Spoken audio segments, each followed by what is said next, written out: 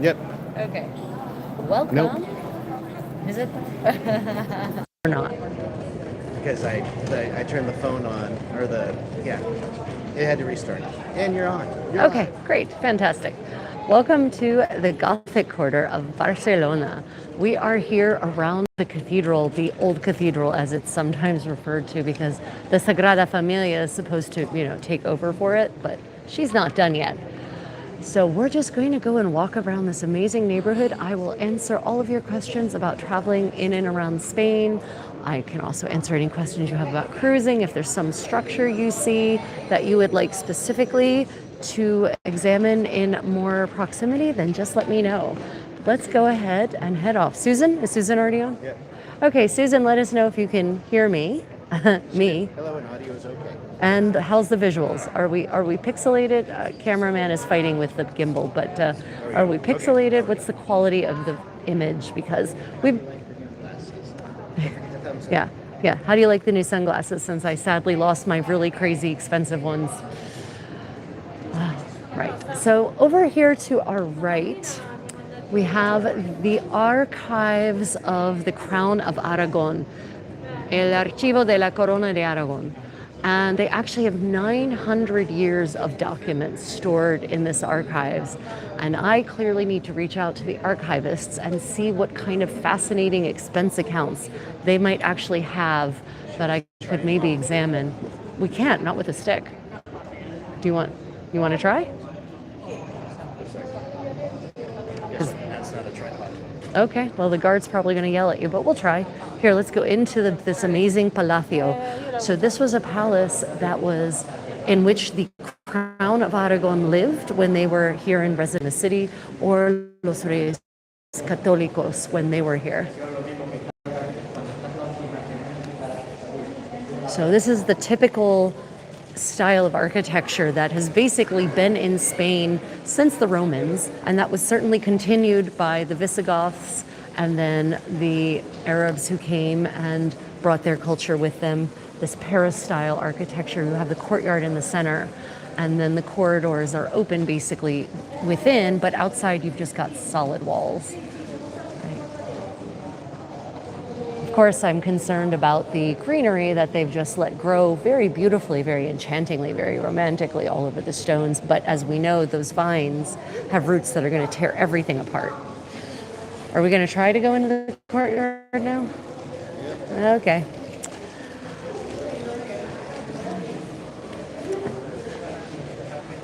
So, of course, there is no more Crown of Aragon. There's just the Crown of Spain. As far as I know, they don't come and sleep here anymore. But this did used to be the palace where the Crown of Aragon actually resided when they were in the city, or later, the kings and queens of Spain. So this church, this is the church that is attached to the palace, and you can tell it's the royal palace's church because there's actually a crown on the top of the bell tower, the belfry. And that was not accidental, so that everyone would know exactly where the crown was. It was a visual reminder that the Crown of Aragon had dominance here, because of course Catalonia was an independent polity for quite a while until the Aragonese crown eventually took over. I think in the 9th or 10th century is when they finally took over. Yeah, so this is a fantastic addition. Unfortunately, with this building, there's a mishmash of modern 19th century, neo-Gothic, and original Gothic. And it can be very hard to tell what is what. But basically, anytime you see jumbo windows with huge panes of glass, that's not medieval. Okay. Move out of here. Yeah. We lost a picture a little bit inside. Yeah, so what we've learned live streaming here in Europe is that unlike historical Korean buildings, historical European and Ottoman architecture is not designed for cell reception, sadly. Okay, let's go back this way. And as always, you should always look up, and definitely this is a view you want to get. You have what in Italian would be called a loggia up there on the top of the building. This is Barcelona. We are in the Gothic quarter of Barcelona in Spain.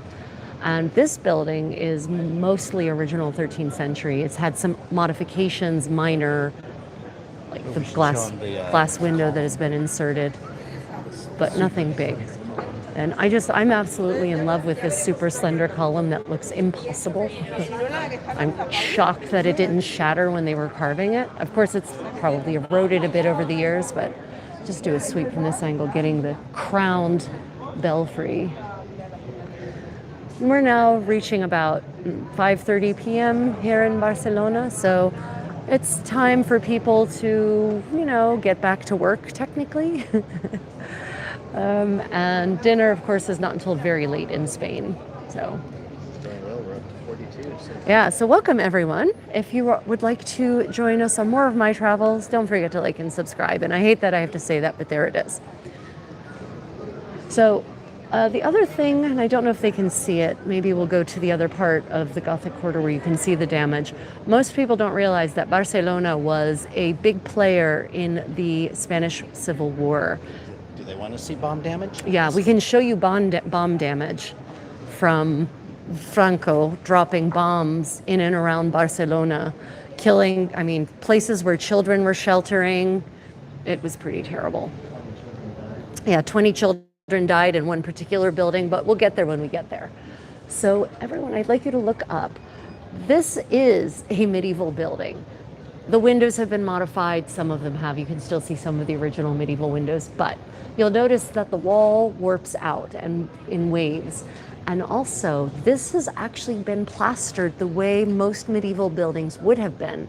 They would not have been bare stone like this. Yeah, or like this. They would have been plastered and then painted. So that's one of the things that helps insulate these buildings. Yes, Hanson? The dog. Oh, and a dog. And another dog.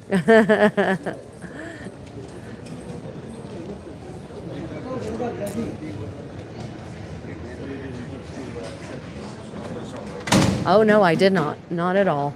There was no chance of that. Right, so this is the old cathedral, as they call it. The Sagrada Familia is supposed to be the replacement for this. That was the whole point. Gaudi thought that Barcelona deserved a modern, bright and light cathedral versus the dark, depressing Gothic. No snobbery there. But of course, it's turned out that because of the way he insisted the Sagrada Familia be funded with funds from the people and not from some rich fat cat, that means it's taken 160 years thus far. It's 140 years, I think, 140 years. And it's still not done. It's close. It's getting close, but it's still not done. Meanwhile, yeah, that's okay. All of you miscreants and brigands who decide to cast aspersions to make your little pathetic egos feel better, your mommy is calling. You need to come up from your mommy's basement and take out the trash. And we'll kick you out on the way. So it is unfortunately Monday here in the city, and so all the museums are closed. Just because the giant iron doors are shut? Yeah, that's the feeling I get. Definitely. Yeah, so we've got a dedicatory plaque. You can see the years, centuries and centuries of soot from vehicles, from fire, from candles, from torches, right, just sort of built up, versus places where they've cleaned it. So you can actually see that contrast pretty well. Of course, look up at the doggy. There's a doggy water spout up there. I don't know if they can see the... There's a fee to enter it, and we will lose you because of the medieval church. Oh, yeah, going into the cathedral? Yeah, I don't think we can go in. The fee to enter it isn't the issue. I'm confident we will lose signal. we just took tea in one of these medieval buildings, and we got nothing on the inside. Yeah, this is a gorgeous. This is the museum we would have liked to have gone in and done a live stream tour of, but no. This is how we saw this museum last time, too. Yeah, because it was closed then, too. Yeah. We've only ever seen this museum through this window. Well, that's not true. I visited this museum in 1997. which was a long time ago, and I'm interested to see how it's changed.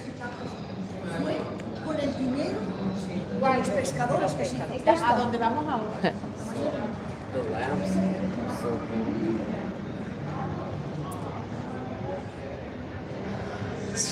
So there has been a lot of flack lately for tourists here in Barcelona, but it's not the respectful tourists who come here to appreciate the culture and the history. They're talking about the drunkards who party all night, throw up everywhere, and leave trash everywhere. And I can understand the Catalan people wanting their city to be a city that's good for them as well. Okay, so here we're in the square, and you see a sharp contrast in architecture. Over there is the much newer part of the city that has been built up, was built up in the 19th century. And beside that, even newer than that, the Spanish Civil War did mass amounts of damage in certain parts of the city. And when they rebuilt as they could afford, and that wasn't going to be Gothic. But here is the facade of the cathedral. I think they must have cleaned it since the last time we were here. I remember it being black and depressing as hell. more of a puppy city so far. Yeah, I haven't seen a single cat. Yeah, dogs everywhere, but I don't know what they've done with all their I've cats. only seen dogs with people. Yeah, that's true. Then no stray dogs, so I don't know. We didn't see any cats when we were here 2 weeks ago either. So here you can see the remnants of a tower, right? That used to be here. And not just a tower, so that chunk in the bottom with the massive blocks, that's the old Roman city wall. Oh, I forgot. Can Yeah. you go around the front to show them more? Yeah, maybe.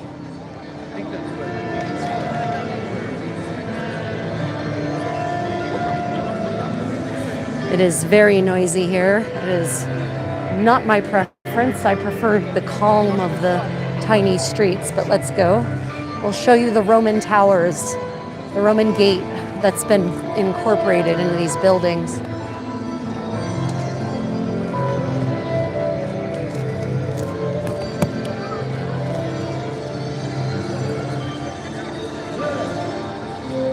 Yeah, so you've got multiple layers here. Down below, you have the ancient Roman, those massive blocks, and you've got the medieval towers that were built on top of that. Over there is the remnants of an aqueduct. So, yeah, this is Europe in a nutshell, I guess I would say. And then in between, they've built the hideous things that they've done, a crime against art history and architecture. So if you take a sweep of this expanse, this square, I think it encapsulates Barcelona in a nutshell. A mélange of periods and cultures. Apparently, this is also a street performer venue.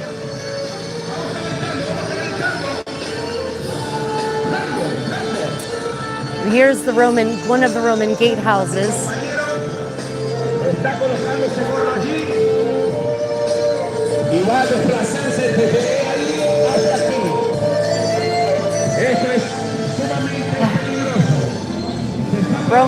Roman.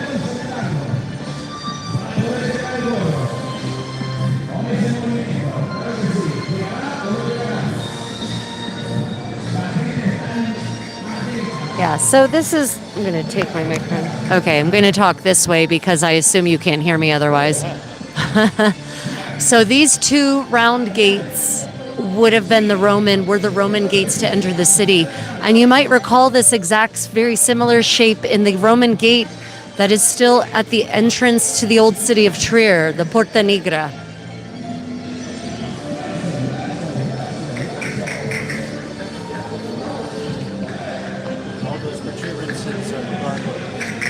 No, those are spouts. So all those protuberances up there's a lot of noise here. All those protuberances up there are water spouts as part of the drainage systems they installed to prevent, the roofs from collapsing under the weight of water. Someone was saying a couple of days ago in my live chat how, in pre-modern times they didn't have sewage systems or water drainage systems, and I had to quibble with that quite vociferously. Yeah. We had hoped to get out very early this morning and do this, but Best laid plans of mice and men, that did not happen. Okay, hopefully the ambient noise has declined except for the people selling the fake bird calls. That seems to be the trendy cheap street toy right now. I don't know why.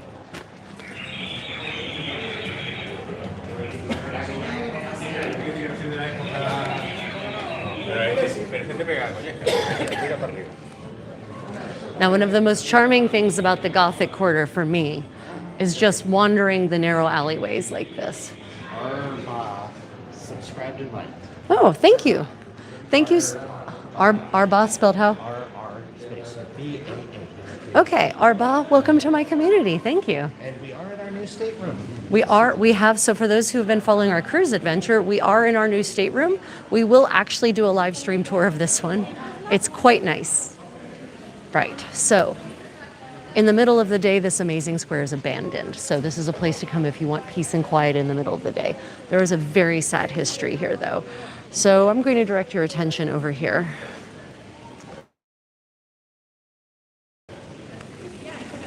This, if there's any place that has a right to be haunted in Barcelona, it's this one. So you see all those chunks missing from the church facade. This is a church, indeed. That's not erosion. That isn't vandalism. That is the shrapnel from bombs that they dropped on top of this church on purpose, because the Republican government during the Spanish Civil War had representatives in here. It was also a place to shelter children from the bombs that Franco was dropping. And the church collapsed on top of them. 20 children died. So what you're seeing here, they've intentionally not repaired the damage because they want a visceral reminder of this past and what can happen when diplomacy fails. Yeah. And Franco spun this big story about this. He said, and I thought this is when I first came here, I thought it was true. Then I read more closely. He claimed, of course, that this was the damage caused by a firing squad, that priests were lined up by the godless Republicans, and that the priests were just executed in mass numbers. But really, if you look at the depth of the craters, if they'd been shooting the priest with ammunitions like that, there would just be, it would be no. Just no. So yes, that was a lie he told to try to cover up the damage. This Catholic, the most Catholic general ever, supposedly, had done to this church. They have a picture of the children going to shelter. Oh yeah, they do. It is. They've got a picture of the children actually going into the shelter. But again, you always want to look up, and with the horror also comes beauty. When a city exists for as long as this one has, it's going to have dark and it will have light, and you just have to embrace the two. Yeah, the loggia are just wonderful. It's one of my favorite features of Catalan architecture. Yeah, so over here we can see the pictures of the children. They're not going to shelter, they're playing actually. You can see they're doing some kind of circle or whatever. Oh, they are playing. Yeah. But this is what it looked like after the bombing, and which is the funny part. You can see the giant chunks of masonry everywhere. That's not a firing squad. Come on. Yeah. It took them until 2018 to erect the sign, though. Yeah, apparently it took until 2018 to erect the sign. I don't know why. I kind of have thoughts. I'm not going to share them, though, in a live stream. Okay, so let us move on. And of course, as always, look up. It's really important. So they've actually managed to utilize a lot of these spaces to turn, into modern stores. So there's this lovely gelateria here, un gelato per te, a gelato for you. And you can actually see in the roof, there's still the original wooden beams with the plaster over top of the stone arcs. So these charming spaces where, medieval meets modern, and, there's little more modern than gelato. I mean, don't get me wrong, Persians kind of invented ice cream in a certain way, but it was more shaved ice with cream, not frozen custard.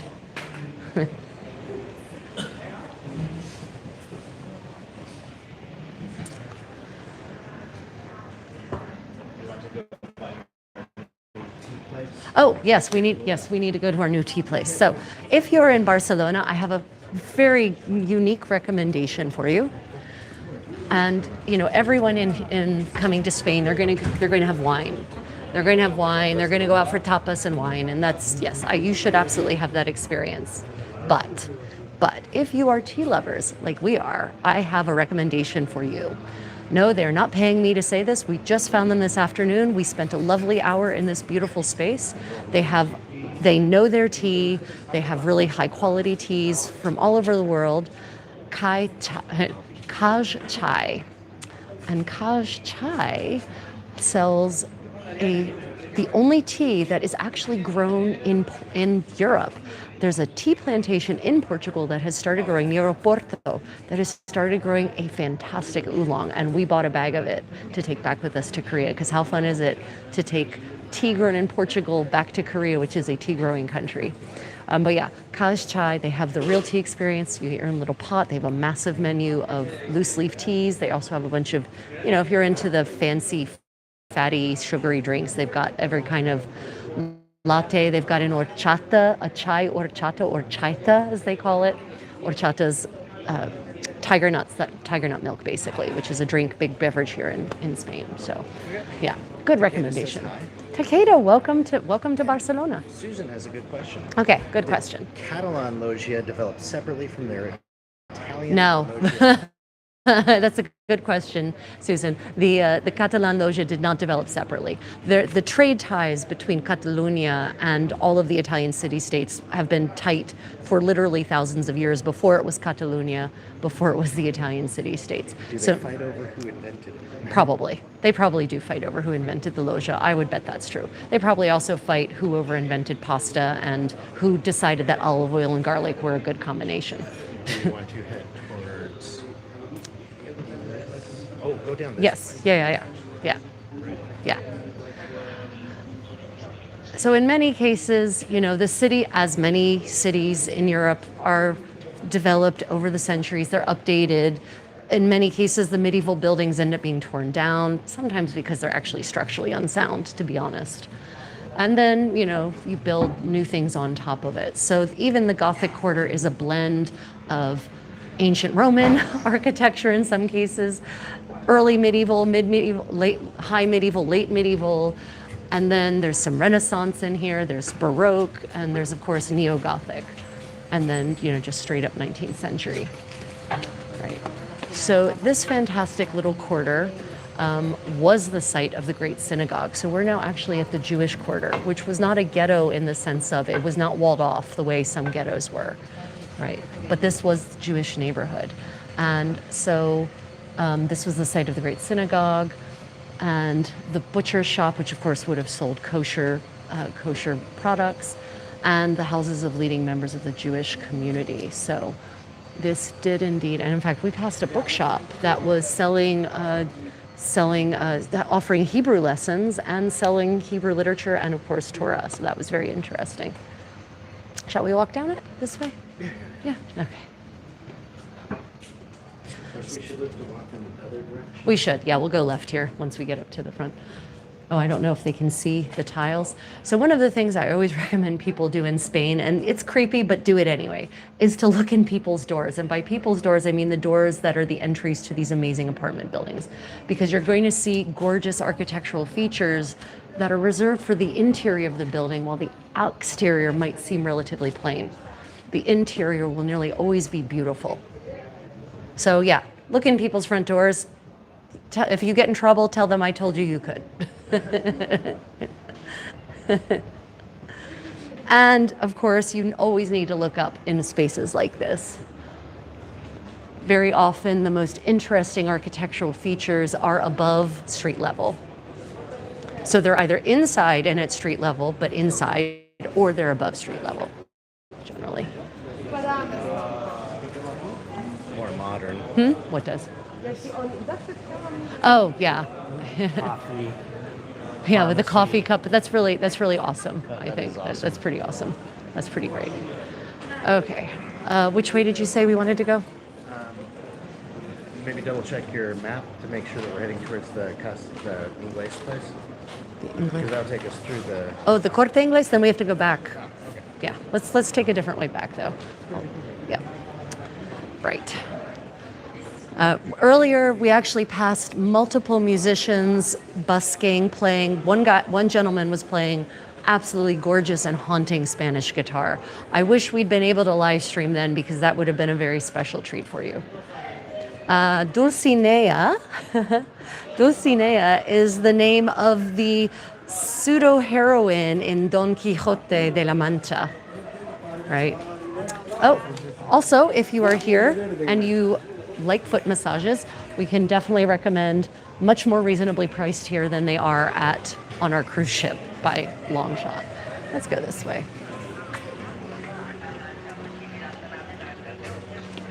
There are still a number of shops and stores here that aren't just for tourists.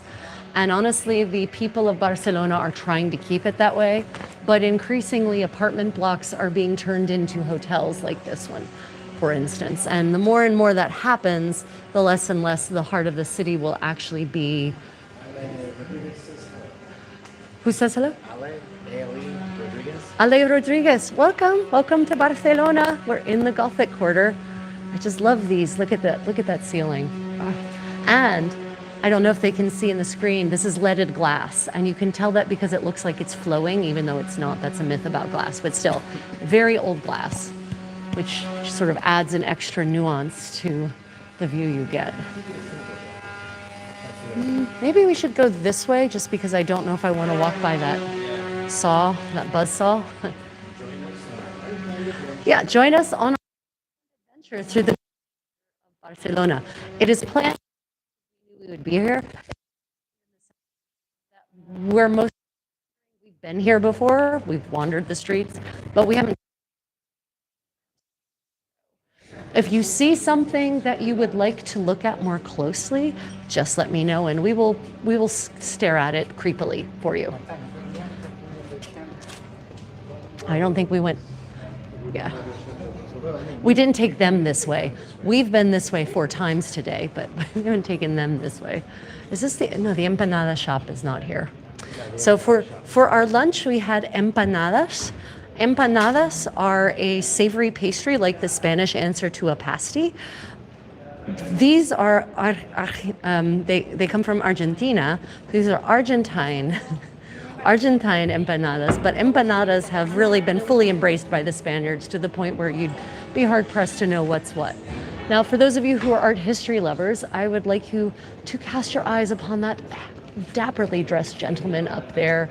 Look at that fantastic gown, or houppelande as they would call it in French, his chaperon, those fantastic sleeves, his shoes with 2 little buckles, really good stuff.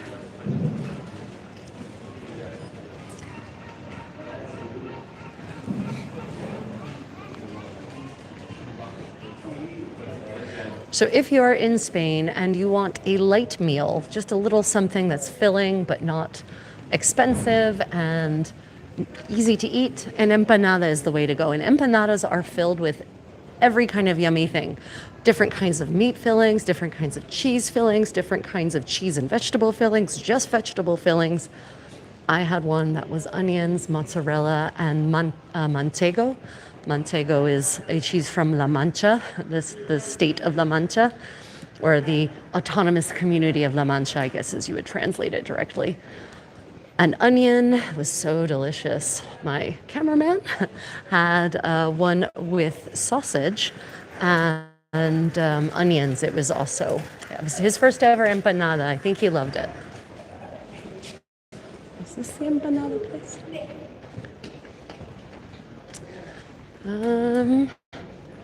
Maybe we'll go that way and go out through the Roman gates, even though that's going to take us right by that noisy, horrible street performance. Okay. Oh, yeah. We can go up into that other. I don't know. Can't go up into a space. Nope. We cannot. Oh, at least we can shut down this door. Actually. Yeah. Yeah. This, and of course the Gothic spire, which they couldn't really see well from our angle. Yeah. So for those who are wondering why we call it Gothic, it's actually, it's insulting, it's pejorative, because the authors of the Renaissance, and I mean that literally, the men who literally invented the Renaissance during the Renaissance, claimed that the architecture that came before them was crude and rude and likened it to the Goths, the barbarians who supposedly brought down Roman civilization, which is also not true, by the way. That is not how history went. Goths did not collapse Roman civilization. The Justinian plague did. But basically, when people talk about Gothic architecture, they're talking about these long, slender, elongated columns, points and windows, thinner walls made possible by engineering advancements, and that more or less dates from the 12th century starting in France to in some places actually the early 16th century in no yes it is, you're right, and the performances thankfully seems to be done. Okay. Exactly. Empanadas are indeed the original Hot Pocket. And if you go to an empanada shop, you order your empanada. If it's a good shop, they'll pop it in the oven, not the microwave, the oven, and they will reheat it for you. And then you'll get a crispy, ooh, let's go in here. Yeah, the crispy, delicious yumminess. And also, I just want you to take a moment and just appreciate this amazing view from yeah. There isn't actually much left of medieval architecture in Barcelona relative to the size of the city itself, but what is left is truly breathtaking. And especially since they cleaned the facade, it looks so much better now. It looks much less depressing than it used to. No judgment. Okay, let's go into this space here. So this building that we're about to enter was a palace originally, and it was actually first built in the 11th century, and then it's sort of been updated over the years. It is now the historical archives of the city of Barcelona. So we have the Royal Archives of the Crown of Aragon, and then here we have the city archives, and apparently there's a lot of journalism that's been preserved here.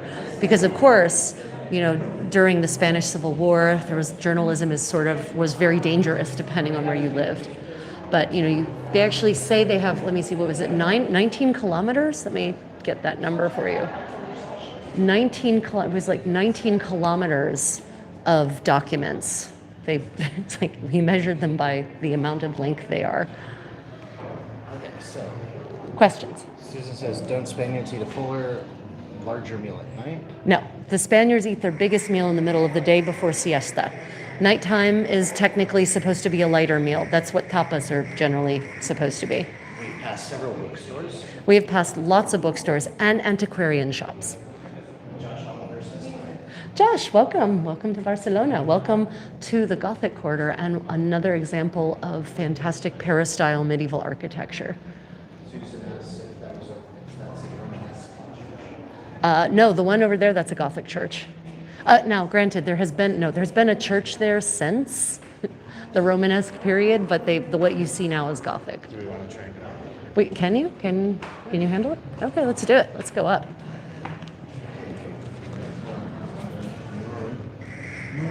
Oh, okay, so here's some details on this. If you want to just show them again while I read some of the details. Okay, so this was once the Archdeacon's residence, which makes sense because it's literally right across the lane from the cathedral. And it was built using materials from part of the Roman wall. And I suspect they didn't build onto the Roman wall. They disassembled the Roman wall and recycled it, as one does. It was rebuilt at the end of the 15th century, so what you see here is very heavily 15th century. And then, of course, there were probably some modifications made at the end of the 19th century, sort of neo-Gothic. But, you know, one of the things I love are these windows. So these kinds of arched windows that you see there, those are very unique to Spain, to Spanish Gothic, because it's really incorporating the Mozarabe tradition, the Arabic architectural tradition that you know, the Arabs actually conquered Barcelona or occupied Barcelona in the 8th century. and stayed in power for about 100 years. And that influence just continued in the kind of architecture and the way architecture was understood, designed, and built. So yeah, the Gothic movement is not a monolith. Just like nothing in medieval Europe is a monolith. Medieval secular 14, 15? Yeah, so this is siglo XV. What you are seeing here is supposedly the siglo XV. 15th century, for those wondering.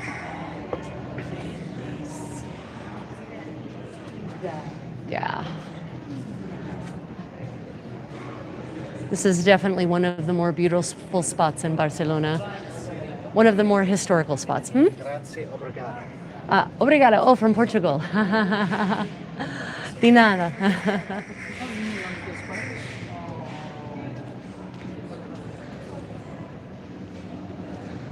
The constant clank of poorly played castanets, yeah. And in some cases, everyone, you should look down. New member from Brazil. Oh, de Brazil. Bienvenido. Daeleke? I'm terrible. My Portuguese is yeah.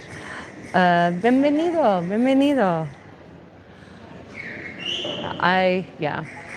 If it weren't for the horribly played castanets, this would be a perfect moment. But you have to imagine that when this was built, these sorts of tall windows were an extreme luxury item. Also, they would not have been glazed. Most windows didn't start being glazed, meaning they didn't have glass added to them until starting in the 15th century, but it was a process. It didn't happen. Not all windows were glazed overnight. And thin panes of glass to fit these kind of massive spaces were expensive. So, basically they would have wooden shutters and they would have heavy curtains if they needed to keep out the elements. Which here in Barcelona, the climate is relatively mild, but they do actually get a little bit of winter here.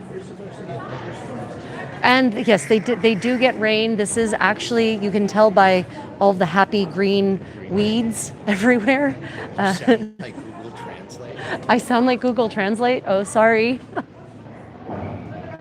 That I'm not certain. Is that an insult? Is that an insult or a compliment? I don't know.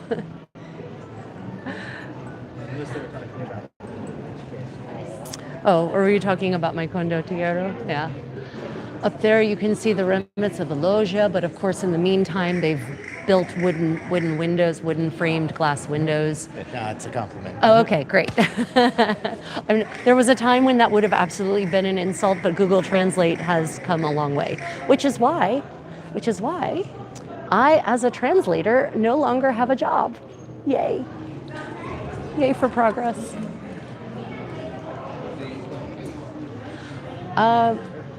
I'm going to... Oh, do you need to get rid of someone?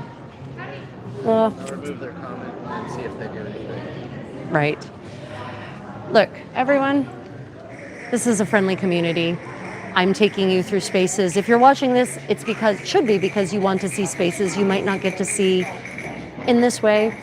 If you want to be an asshole, we will remove you because that's not the kind of community we want. I can't read it though, so you need to read it while I show them. Oh. The square. The Barroco is Isla Musulmano Arquitectura. So the Baroque, so when you get to the Baroque here in Spain, they've definitely moved more or less away from the Islamic architecture. But even up to the 15th century, the architecture here is still reflecting Arab influence. No, but by the time you get to the 16th century and the Baroque style and the Renaissance style, and then Baroque, the Arabic influence really just vanishes. Oh my goodness. Alisa, Suda. We just had a...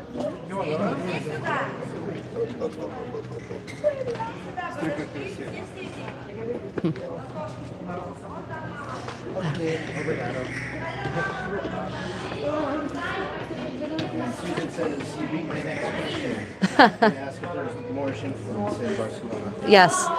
So even though the Moors technically left here, stopped ruling here in the 10th century, that sort of that aesthetic continued past that point, all over Spain, in fact. Oh, gosh, I'm sorry for the castanets, guys.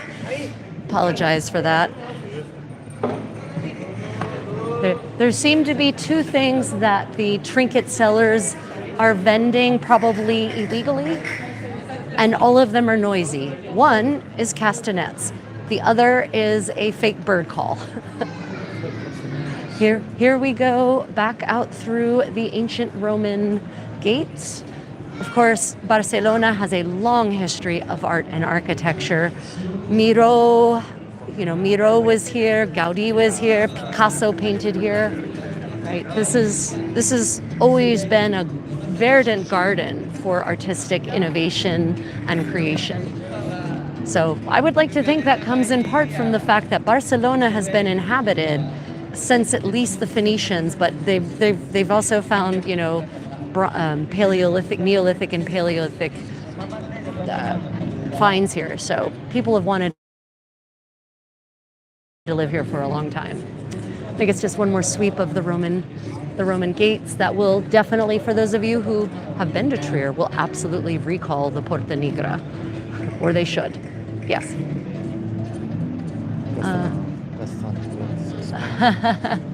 Yeah, Castañolas. Yeah, it's terribly loud on my end. I don't know how loud it is to you, but having Castañolas randomly being played by not a dancer is maybe not my favorite thing. That's a aqueduct we're on right now. Oh, yeah. So what you are seeing there is actually the remnants of an ancient Roman aqueduct. You can actually see at the very top. Yeah, you can see the channel through which the water would have flowed, which brings me to my next point, and that is previous civilizations prior to modern ones had plumbing, they had sewage, they had flowing water. And the Romans weren't the first either, actually. So I don't need this now. Okay. Right. So, The earliest find in Barcelona, probably Neolithic. The earliest, yeah. So we actually went to the museum. So almost every time we've been here has been on a Monday. Or we were here once for an overnight and we didn't realize that that Monday everything would be closed. Even though that is a general travel tip, and I should bloody well know that. Museums in most places in Europe close on Mondays. In fact, there used to be a whole website for Paris on what to do when it's Monday and raining. So the earliest find, I couldn't tell you what the earliest is. It's got to be Neolithic. But it's got to be at least Neolithic. But remember that Spain is also the location for, let's walk around while I say this. Spain is also the location for a number of megalithic structures from that predate Stonehenge by a long shot. And Spain's Neolithic structures are in my Spain's Neolithic monoliths, in my opinion, having seen them firsthand, are more impressive than Stonehenge because they're way more massive.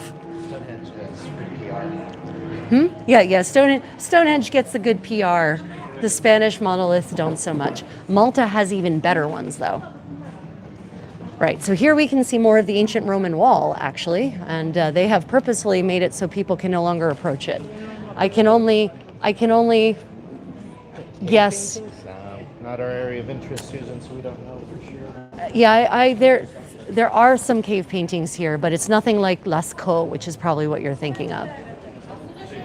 Yeah, so that is ancient Roman wall, and then on top of it is medieval that's been built right on top, because why build something new if you can use something old? And again, I'm just always impressed by ancient Roman architecture, how long it lasts. I can't imagine anything we have built in the modern world that will last this long. Nothing, really. Josh, I don't know when your comment was supposed to come through. What kind of structure, or which structures are you interested in? Because we range from Neolithic to Roman to... Well, we can't see Neolithic here. What kind of structures? Oh, the Neolithic structures, right. So if you're talking about the if you're talking about the Neolithic structures, they have these massive chambers that basically make you feel like a giant. They were built for a giant. And I mean, like, with where the roof of the chamber is just one massive, huge slab of stone balanced on walls that are also massive slabs of stone, but way bigger than Stonehenge. Yeah. So I haven't read any archaeological reports that attribute any use to those spaces. So we don't, as far as I know, we don't actually know the uses. I don't think they're tombs, though. I don't recall them talking about bodies in them. I don't know. I don't recall. Yeah, if you know whether any of the monolithic structures in Spain from the Neolithic period actually were tombs, if they actually found human remains or funerary items in them, let me know, because I don't recall that being part of the finds. But the structures themselves are breathtaking, and again beg the question, how? How? I mean, just the quarrying of such massive slabs of stone alone, and then hoisting them into the ground and hoisting, yeah. So this is not a weird camera angle. That building really does. It comes to a point. It does. Yep, that building definitely comes to a point. Ooh, let's go over here. Yeah. Welcome to my style of travel. Ooh, let's go over there. Now, many of these buildings are still apartments, but many of them have also, in the meanwhile, been turned into so-called hotels. Although, wow, this is a sock store. They have a sock of the day. The sock, it's a hedgehog sock. Sorry, that caught my attention.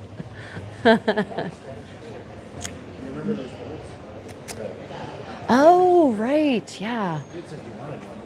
Did I? Yeah. Can smell the leather from the leather shop. So leather work is one of Spain's tradition. Oh, we have to look in the shop. Oh wow, it's an art gallery with some interesting pieces of furniture. I was thinking these dressers, but actually I thought it was a chest. It's not as interesting as I thought it was. Okay, moving on. Back to the tour. Here's a typical souvenir you can get here. Oh yes, fans. Because this is part of the so-called traditional clothing of various parts of Spain. It's funny because it makes people think that the Spanish women have been carrying fans for millennia, when really that style of fan came from the Orient and didn't make its way into Europe until the 17th century. Okay, so hello from Canada. Josh loves the... Oh, Susan wanted to look fans at the fans closer. Okay, let's go look at the fans more closely. Hello, Canada. Welcome to Barcelona and the Gothic Gabriel Quarter. from Canada. Gabriel, thank you for joining us. We're just going to go back and look at the fans more closely. You look at the fans closely. I'm going to go look at something. Okay, I've got it. So here we've got, now many of these are hand painted, and they're lacquered wood, hand painted with, if they're quality, then they have silk fringes on top. If they're not quality, then it's cheap nylon. Right. I would think generally that a shop in the tourist area is less likely to necessarily have the best quality of the goods, but you know. Never mind, I'm stupid. Oh, okay. They're earrings. I thought they were cufflinks. This is technically not flamenco country. Where we are, Catalonia is not flamenco, so do not think that these are flamenco fans. Flamenco is technically associated with Andalusia, with the south. Yes. Okay. Now, what you are hearing is, it's now time for tapas and wine, or pinchos, depending on what part of Spain you are.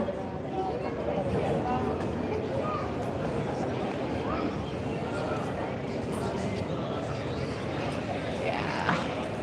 Oh, and I hear the parrots. There's somewhere in these trees are parrots. Um, yeah, you can hear them. Green. There are these beautiful ruby-necked green parrots that inhabit. Oh yeah, there's apparently some kind of fight happening up there. They inhabit a lot of the Mediterranean now. From, we saw them in Turkey. We saw them in Istanbul specifically. We saw them all over Greece. I've seen them in Italy, and we've seen them here in Spain. So I really feel like these parrots have absolutely colonized. Uh, and it's the same parrot that is depicted in the murals in the Palazzo d'Avanzati. It's a ring, ruby-necked. Yep. Mantillas. No, mantillas are a Spanish garment. You're talking about the shawls, the big, beautiful silk shawls. Those should not. Oh, imported. Oh, wait. Do you mean imported as in from the east? I don't know. She may need to clarify. It may have been a spelling thing. She mean imported the way the fans are? In quarter. Are they in quarter? Susan, it seems that the gremlins are after your writing. If you could clarify. Anyway. Look up. Somebody tried to call us, so I... Oh, shit. Okay. Probably my mom. And we passed a place selling mantillas. Oh, no, I have not seen any mantillas for sale here, I will say.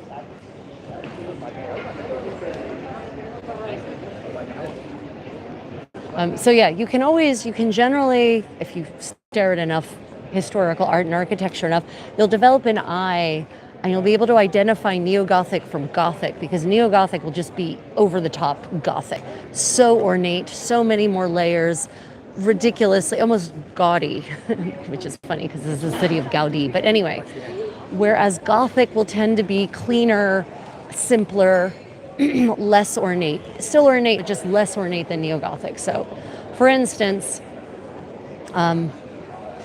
that's Neo-Gothic. that doorway right in front of us, that is Neo-Gothic.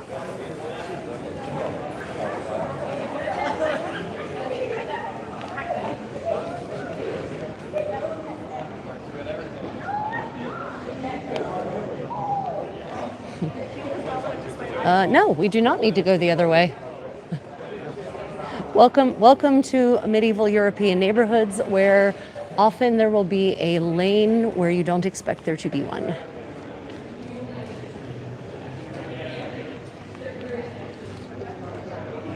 Yeah, so these neighborhoods were not planned.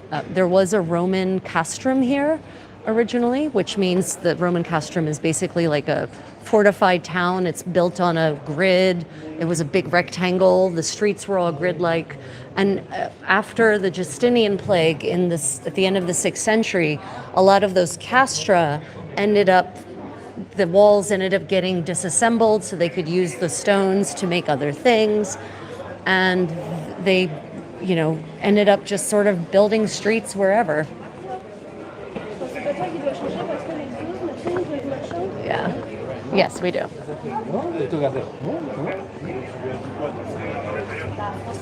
So now we're in a very touristed area, and the shops here are basically all aimed at tourists. So leather shops selling things that are ostensibly made in Spain, but I doubt it.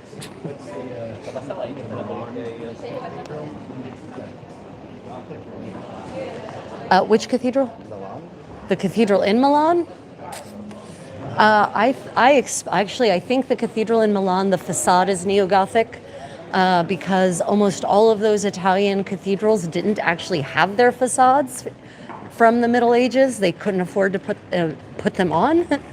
And then during the reunification of Italy, that was one of the big things that Garibaldi did, is he had the facades put on to many of the famous churches. And Milan was, for a time, the capital of the newly united Italian Kingdom of Italy. So I actually don't know, but I suspect the facade at least is neo-Gothic. Santa Maria del Fiore and Santa Croce, both of their facades are neo-Gothic. And one of the ways you can tell they're neo-Gothic is that instead of being green and white marble, the way the Romanesque and Gothic facades were, they have three colors: pink, red, and or pink, white, and green. But that's not a thing here.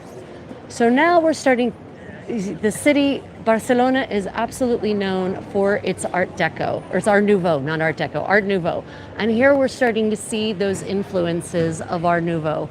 I personally love the Art Nouveau movement. My cameraman, not so much.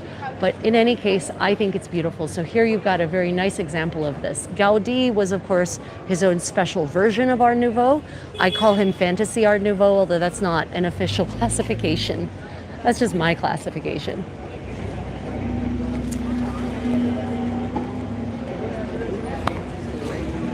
Who? Luca? Lupe, welcome. Welcome to Barcelona. More of the sort of the Orientalist movement of the Art Nouveau movement. You know, there were different styles of Art Nouveau. There was the style that, you know, captured the Oriental aspects. There was a style that captured more classic ancient Greek and ancient Roman Hellenistic aspects. Oh, check out the dragon up there. It's being a little pain in my ass. Watch out, handsome. That's a road with cars in it. Yeah, so you see all of the parasols. Those aren't real parasols. They might be. But they're decorative in any case.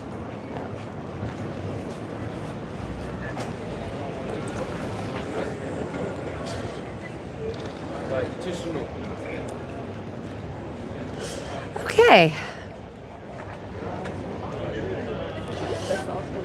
Just checking the map because we actually have a destination in mind. Right, so now we're in Las Ramblas, and this is very clearly the new part of Barcelona. Big, broad avenue, tree-lined. It was a major feature of the 19th century.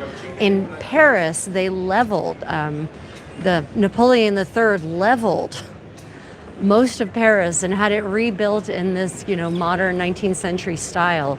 Haussmann was the architect. He got to do that. Is this an Asian part of the city? No, not at all. What we were just looking, that was not an Asian part of the city. What we were looking at was just part of the what I call the Orientalist Art Nouveau movement. Because in the end of the 19th century, that's when we were, you know, opening up Japan and interacting with Japan and Japanese culture. And especially a lot of artists took a keen interest in the aesthetics of Japan, of Japanese clothing, of you know, what they viewed as Japanese style. Thank you. No, thank you. I think that might be the market, the St. Joseph's Market piece. Wow, and now they're trying to get us in. So there's a market over there. Do we want to go in the market? Let's go to the market. Okay, so this is St. Joseph's. I think this is the meat market, actually. Right, so this market is absolutely built in an Art Nouveau style, end of the 19th century. If you can hear those birds, those are parrots. Okay. So, of course, cured ham. Tapas Hernandez says hi. Patas, bienvenido, welcome. Or pat. So, yeah, or bienvenidas, patas. Yeah, welcome to the meat market. Or actually, not just the meat market, the market. Oh, I might finally be able to get kumquats. Maybe.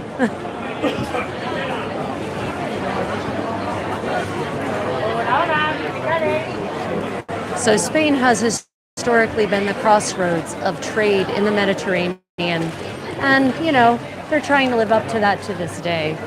Hola, ¿quieren algo? Oh, nada, gracias. Well, yes, I do want something, but you don't have it. I want kumquats, damn it.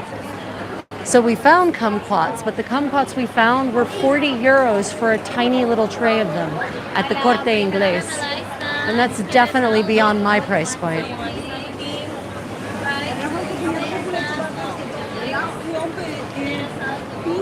Oh, over here to the left, there's some empanadas. You can show them empanadas. maybe. I might have miscalculated in entering this market. I do not do well with crowds. Yeah. Now I smell seafood, and seafood is definitely not for the tourists because tourists don't buy raw fish generally. Empanadas.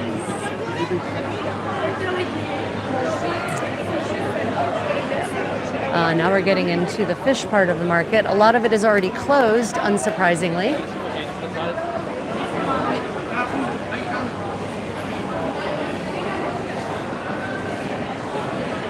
For certain, the majority of Spaniards don't shop in markets like this anymore, just like the rest of Europe. Most people shop in regular old grocery stores imported from America. Yet another gift we've given the world.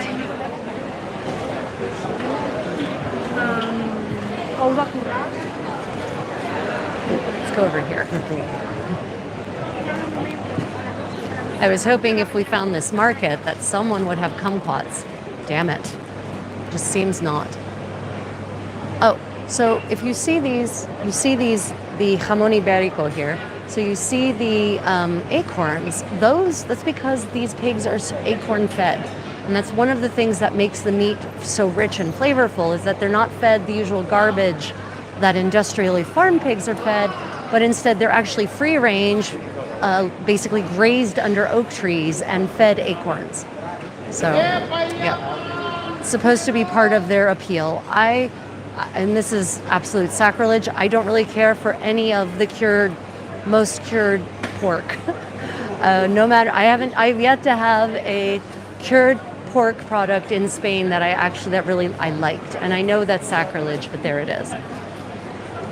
Oysters on the half shell. Fresh, here you can get fresh raw oysters with lemon juice squeezed on it. A beautiful paella laid out, and you can just buy a little tiny tray of paella for an absurd price. Right. More cured meats of various kinds, smoked, cured, dried. Oh, and of course cheese. We didn't get any Spanish cheese like this. It did say I was going to get some Spanish cheese. Yeah, so, I don't know if they could still hear me or not. You were so far away. Yeah, cheese. Yeah, usually when I buy cheese, I buy a whole wheel because then it's easy to transport and get home. Yeah, and of course in Spain, a lot of the cheese, most Spanish cheese is made from sheep or goat, and I love sheep and goat milk cheeses so much. Such a superior cheese to cow's milk. Fight me.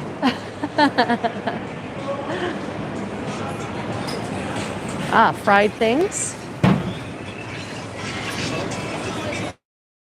Okay, so you see this stall has microwaves to reheat their empanadas.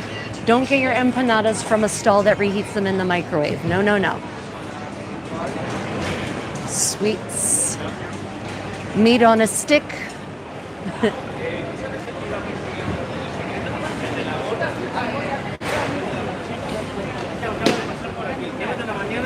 Oh, wow. It's basically a cone with cheese and jamón serrano and breadsticks. Fantastic. What a fantastic snack food, huh? It's expensive as hell, but it's a fun idea. Oh, and here you can see, for that tiny little thing, here you can see the parts of the animal that most Americans won't eat. The tripe. The ears, the head. Oh, that's a lamb's head too, or a sheep's head. Yeah, so tongue, for those who wonder what cow's tongue looks like.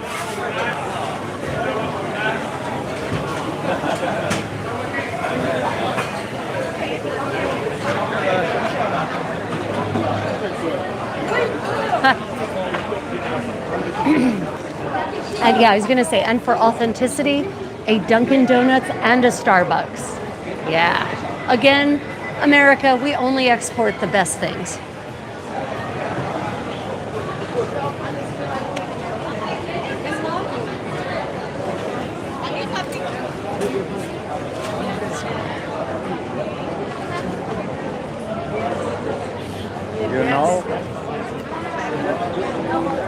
And if you see anything at which you'd like to look more closely, just let us know. We can go back to it.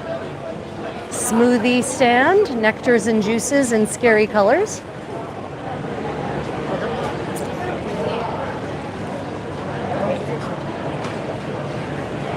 I'm still hopeful of kumquats.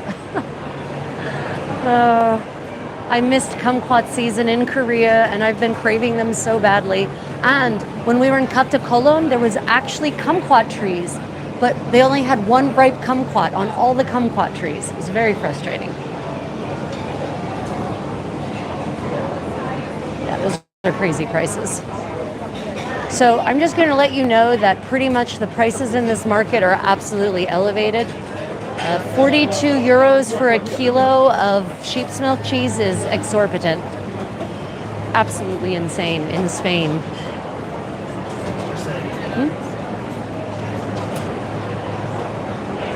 Did we lose connection? No. Oh. Sometimes when I block people, it stops giving me messages. Oh, and then we get lots of questions. Okay, sorry everyone. We apparently had a delay in delivery of messages, so apologize. Yeah, I don't understand why some people feel, I do actually, I understand why some people feel the need to be cruel and mean, because their lives are small and they're sad and they're miserable and they want to make other people miserable. But that's just not the kind of community I want.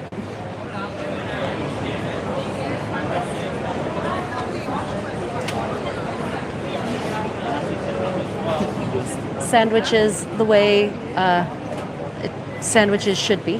If you're going to eat bread, then do it for real.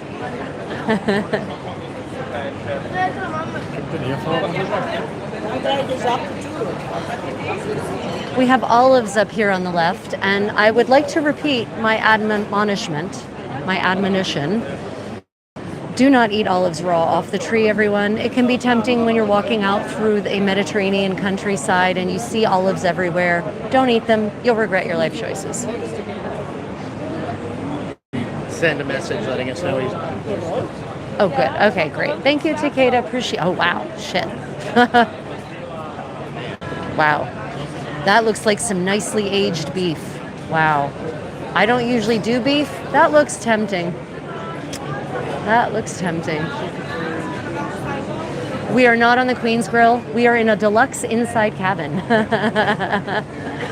And we will show you our deluxe inside cabin when we get back on board. And after we unpack. Right now it's a bit of a mess because we had to move all of our things and we have to do that ourselves because we're not in the Queen's Grill. People having tapas and wine or pinchos, a paella stand with or at least an arroz stand with different arroces. Taco curry. Nothing says Spain like taco curry. But over here we have some more paellas. Oh, apparently it's organic Barcelona. So the items made here, the paellas made here would presumably be made with organic. Oh, we've got one with, what's that thing that comes out of a squid? Ink. Squid ink. We've got a squid ink one. And actually, I rather liked the squid ink arroz that I had in Alicante a couple of years ago. You know, you've got ones with mariscos, with seafood. You've got ones with land animals. You've got some vegetarian options, although those aren't really the authentic paella. My favorite paella has rabbit. Wow, deep fried burritos, just what everyone needs. Okay.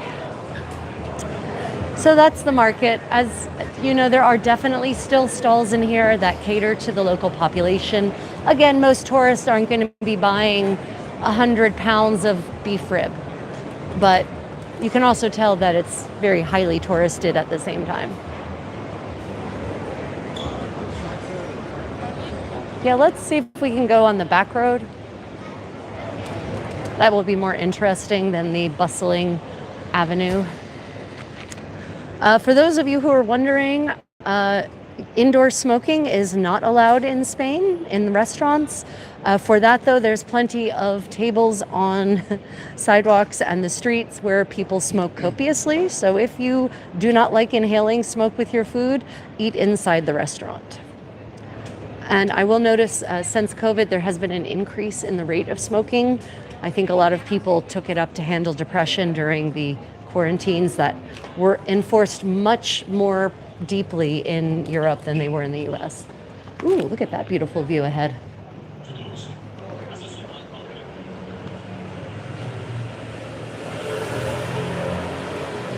And Spain is not chaotic neutral. It's not like Turkey where they'll just allow you to smoke in a restaurant. That's not going to happen.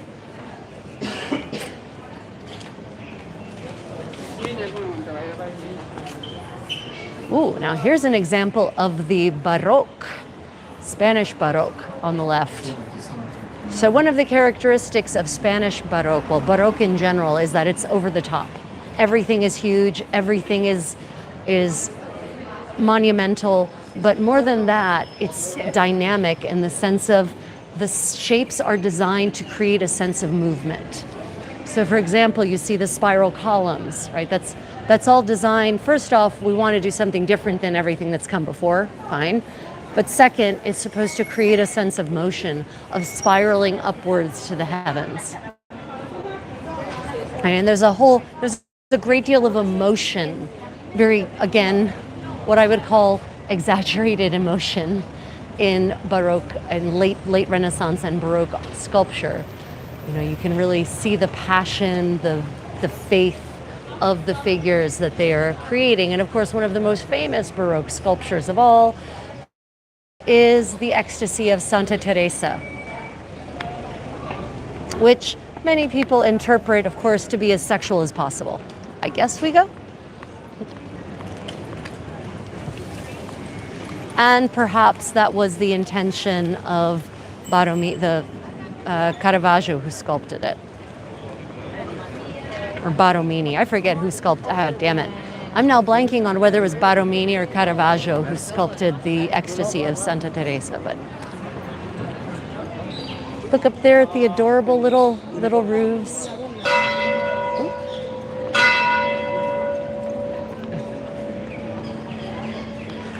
Bells are still very much a going concern in Europe to keep the time. It's now 1:30, which in this case would be 6 for us.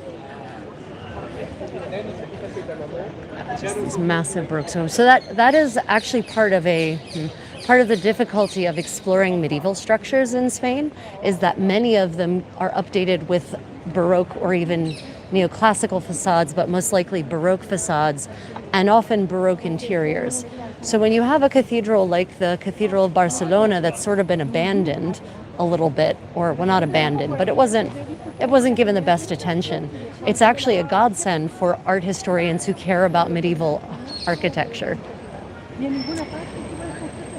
We were going to stay at the Hôtel Le Méridien, but that ended up not working out because they booked out before I could book them. Yeah, Bernini, thank you.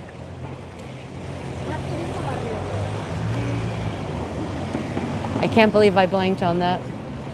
Oh well. I will say I have not been getting my requisite 8 hours of sleep because my body has insisted on waking up at 5 o'clock no matter what time I go to bed. And we tend to stay up late dancing every night on our cruise. So, yeah. So if you're in Spain and you're looking for a mid-priced grocery store, Carrefour is the market you can absolutely use. It's not a discount, but it's also not the Corte Inglés where you're paying for the name, the Corte Inglés. You'll get reasonable prices and decent quality. Can I go over there and look for your company? I don't think we can. There is no. God, that one looks. Oh God, I can't. Nope. The crowds in there are a no-go for me. Oh, but look at. So here we have another example of the Art Nouveau movement, which also kind of encapsulates also Neo-Renaissance. Yeah, it's a beautiful structure. Yes. Question? No. Susan asked, will there be dancing tonight? There will be dancing tonight on board Queen Victoria. Okay, everyone. Thank you. I know this is going to sound abrupt, but technology is failing us. So everyone, we're at 3% power, right? Okay, everyone, if you've enjoyed this tour, please like and subscribe if you'd like to accompany us on the rest of our 11 nights on our voyage from Barcelona to Southampton on Queen Victoria, and all the adventures we shall have at all the ports in between. Subscribe and click on notifications. Otherwise, I thank all my channel members and my patrons for supporting my work and allowing me to share these experiences with all of you. If you're watching this as a recording, pop the questions in the comments and we will answer them. Asshole questions will be blocked, however. Okay, everyone, until next time, may your adventures be creative. Bye, everyone.